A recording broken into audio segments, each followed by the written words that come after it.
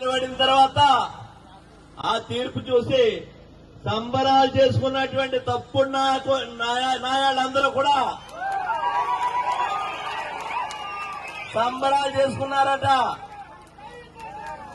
అరే బాబు, ఒక్క విషయం చెప్తున్నాను, ఇదేదో భయంకరమైనటువంటి కేసు.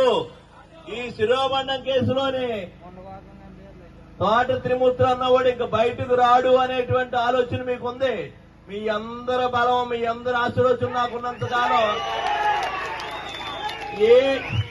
ఏ కటకటాలో కూడా నన్ను ఆపలేరు, ఎవరు కూడా ఆపలేరు. మీ నుంచి నన్ను దూరం చేయలేరు ఎవరు.